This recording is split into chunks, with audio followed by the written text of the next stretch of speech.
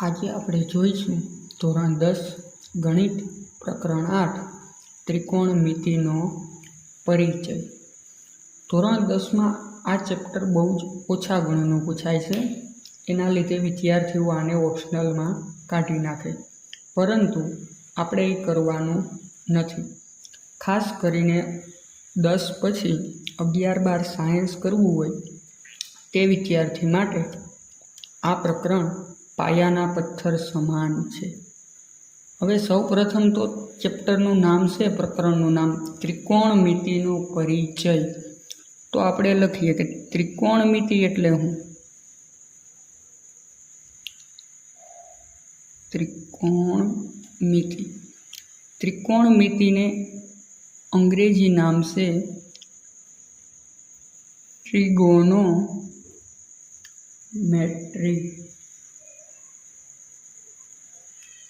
હવે એના નામમાં જ આખો અર્થ આવી જાય છે। ટ્રી એટલે ગુજરાતીમાં કહીએ તો 3, એના પછી ગોન એટલે બાજુ, એના પછી આવે છે મેટ્રોન એટલે શું થાય? માપ। હવે આપણને એના પરથી ખ્યાલ આવી ગયો કે ત્રિકોણમિતિનો પરિચય એટલે કે આ ચેપ્ટરમાં આપણે ભણવાનું છે 3 બાજુનું માપ। પરંતુ આ ફક્ત ને ફક્ત કેવા ત્રિકોણ માટે ઉપયોગી છે? કાટકોણ ત્રિકોણ માટે। ફક્ત કાટકોણ ત્રિકોણ માટે જ ઉપયોગી છે। અને તમને ખ્યાલ છે કે કાટકોણ ત્રિકોણ આવે એટલે પાયથાગોરસ આવે છે, અને એનો ઉપયોગ આમાં આપણે કરીશું। હવે તો આની જરૂર ક્યાં પડી કે આનો ઉપયોગ શું? આનો ઉપયોગ આપણે કહીએ તો પર્વતની લંબાઈ માપવી હોય, અથવા આપણે કહીએ કે એટલી ઊંચાઈ રાષ્ટ્રધ્વજ ફરકાવેલ છે તો એ ઊંચાઈ માપવાનો ઉપયોગ થાય છે। હવે એમાં આપણે ભણીશું એના વિધેય, ગુણોત્તર। એના 6 વિધેય આવે છે।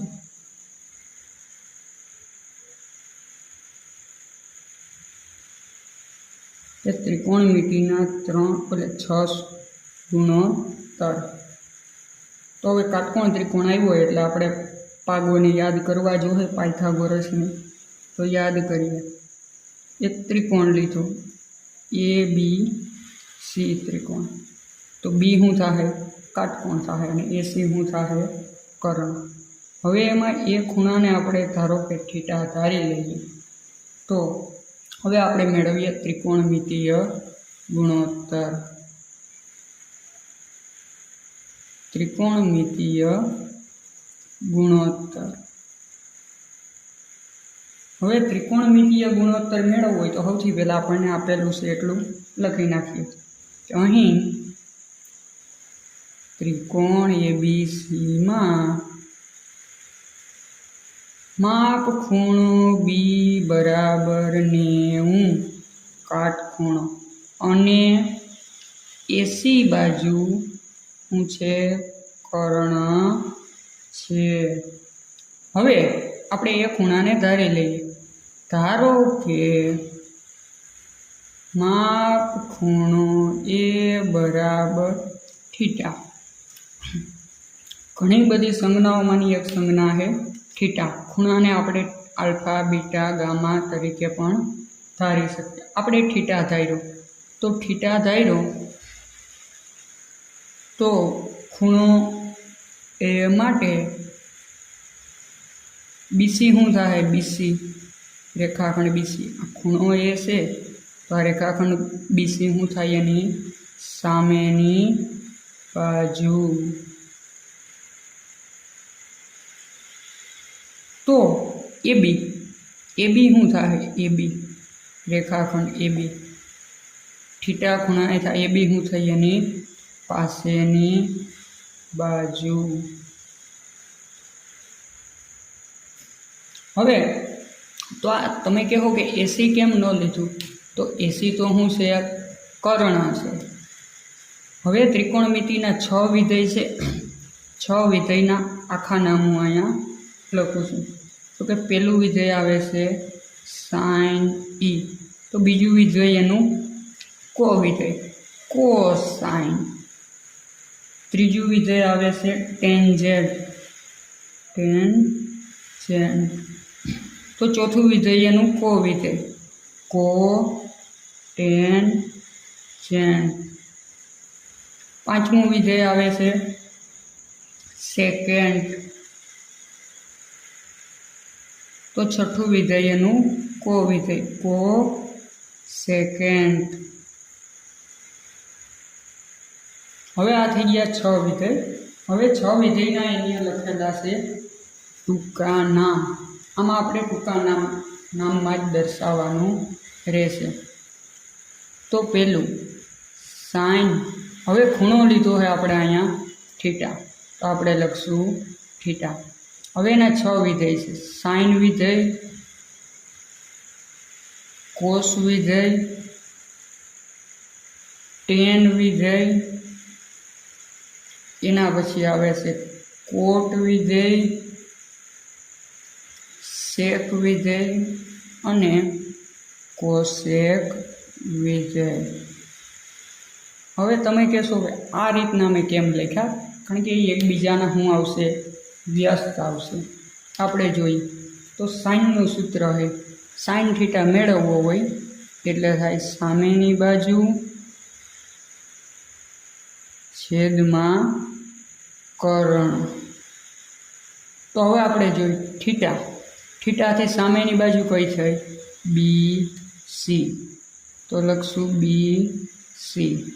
કર્ણ, કર્ણ એટલે એ સી. આ થઈ ગયું સાઇનનું વિધેય. હવે આવશે કોસનું સૂત્ર. આમાં સામેની બાજુ લીધી તો કોસમાં શું લેવાની? પાસેની બાજુ છેદમાં કર્ણ. હવે થીટા, થીટા એથી જો થીટા એથી આ પાસેની બાજુ થાય તો એમાં આવશે એ બી છેદમાં કર્ણ. કર્ણ એટલે શું છે આપણો? એસી. હવે ટેનનું સૂત્ર તમે આગળ ભણશો કે sine theta upon cos theta, પણ આમાં લખવું હોય આપણે તો સામેની બાજુ છેદમાં પાસેની બાજુ. હવે આમાં સામેની બાજુ થીટાની સામેની બાજુ એટલે બીસી છેદમાં પાસેની બાજુ એટલે એ બી. અથવા જુઓ તમે અહીંયા જોવાનો ભાંગાકાર કરો તો આ બેયનો છેદમાં કર્ણ છે, કર્ણ કર્ણ ઉડી જાય, સામેની બાજુ છેદમાં પાસેની બાજુ એટલે બીસીના છેદમાં એ બી. હવે ટેન પછી લખશું આપણે કોટનું સૂત્ર.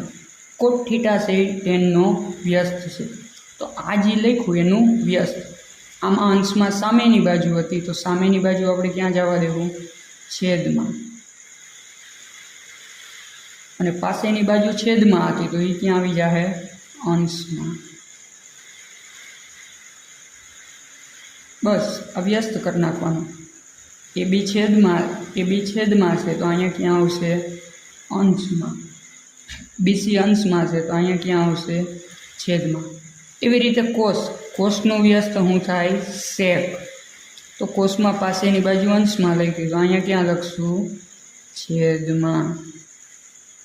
એ જ રીતે કર્ણ છેદમાં છે તો કર્ણ ક્યાં લખશું? અંશમાં. એટલે આ સૂત્ર પણ એનું વ્યસ્ત થઈ જાય એસી અપોન એ બી. કોસેક થીટા, કોસેક થીટામાં પણ એ જ રીતે સાઇનનું વ્યસ્ત. સાઇનનું વ્યસ્ત શું થાય? Cosec theta. તો અંશમાં શું આવી જાય? કર્ણ. છેદમાં શું આવી જાય? સામેની બાજુ. અને સાઇનનું વ્યસ્ત એટલે બીસી છેદમાં અને એસી અંશમાં. આ છે ત્રિકોણમિતિના 6 વિધેય. હવે 6માંથી તમારે મુખ્ય તો યાદ એક જ રાખવાનું રહે સાઇન થીટા.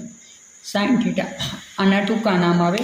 સાઇન થીટાનું આપણે ટૂંકું નામ લખવું હોય તો આપણે લખશું સામેની બાજુ એટલે બંનેમાંથી પહેલો અક્ષર લીધો એટલે કે સા બા.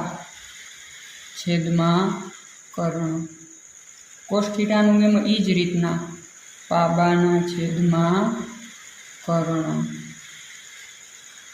ટેન થીટાનું એ જ રીતના સાબાના છેદમાં પાબા. કોસેક થીટાનું એથી વ્યસ્ત કે કર્ણના છેદમાં સાબા સામેની બાજુ. સેકનું એ જ રીતના કર્ણના છેદમાં પાબા.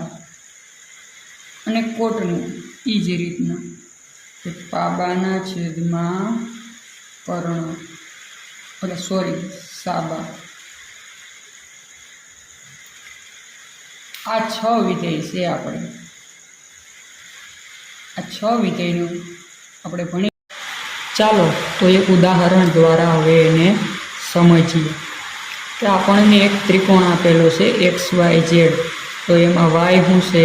કાટખૂણો 90નો ખૂણો થાય. જેમાં બાજુઓના માપ આપેલા છે 3, 4 અને 5. 5 છે કર્ણનું માપ આપેલું છે. તો આપણે સૌથી પહેલાં કીધું છે કે ખૂણા Z માટે.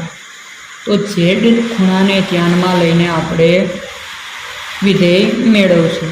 તો સાઇન Z, સાઇનનું સૂત્ર હતું આપણી પાસે સામેની બાજુ છેદમાં કર્ણ. તો હવે સામેની બાજુ જોવાની ક્યાં? Z પાસે. જેડેથી જુઓ, જેડેથી સામેની બાજુ કઈ થાય? XY છેદમાં કર્ણ. કર્ણ એટલે XZ. તો XYનું માપ કેટલું આપ્યું? 4. કર્ણ Zનું માપ 5. કોસનું સૂત્ર, કોસનું થાય પાસેની બાજુ છેદમાં કર્ણ. તો પાસેની બાજુ જોવાની ક્યાંય? જેડેથી, XAથી ને Z. જેડેથી પાસેની બાજુ 2 થાય, XZ અને YZ. પણ XZ તો શું છે? કર્ણ. એટલે આપણે લેશું હું YZ અને કર્ણ XZ. તો YZનું માપ કેટલું આપ્યું? 3 અને XZનું 5.